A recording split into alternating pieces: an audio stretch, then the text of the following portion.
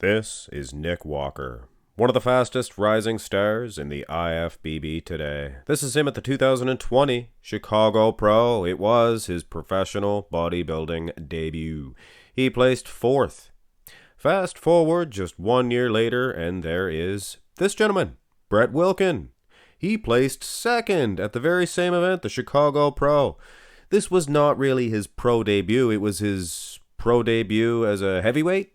This guy used to compete as a 212, if you can imagine that one, and classic even. I think he earned his pro card as a classic athlete, but kind of the same thing along the lines of Nick Walker. This was his open class pro debut, and it's the same show, so it's kind of interesting, right, to do a comparison between these two.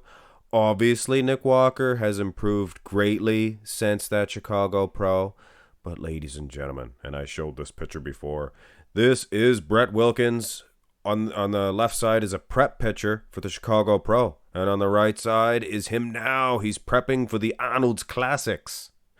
All right.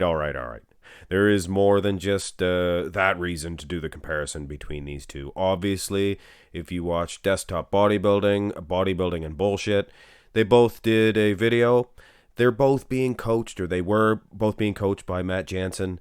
And apparently Nick wanted Jansen to drop all of the other athletes and focus on him. But obviously he said no. So Nick wanted to do the Arnold's Classics, but apparently Matt Jansen did not want him to do the Arnold's Classics. But enough about that. Go watch Desktop. Go watch Bodybuilding and BS. They cover that stuff. I don't. I do comparisons.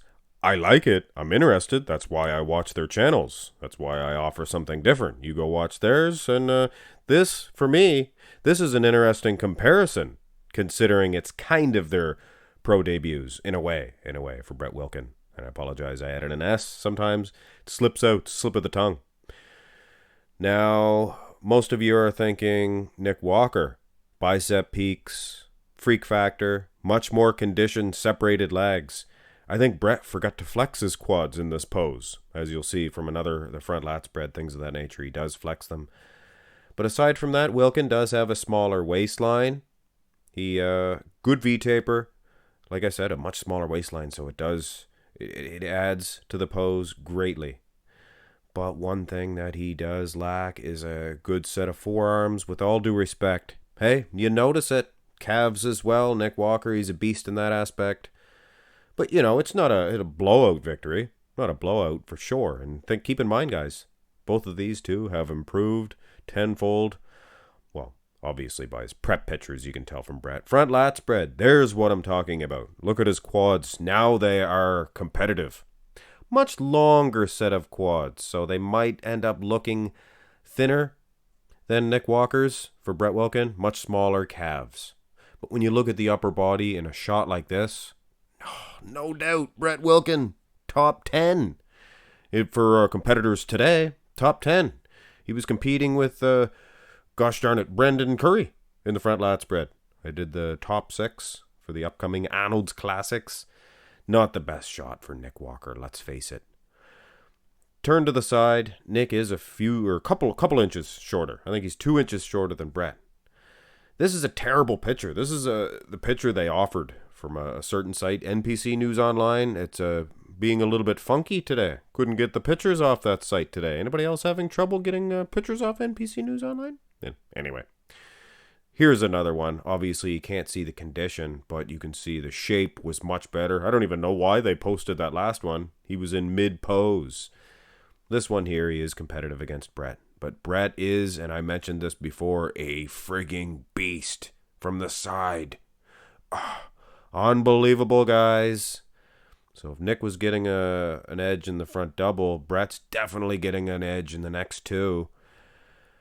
We're going IFBB order today. The rear double bicep. Interesting. Thought for sure this was going to be a blowout for Nick. It's not. Brett Wilkin, pretty good shot for sure. No, he doesn't have the arms. You can see that. Even the forearms from behind, you can see that.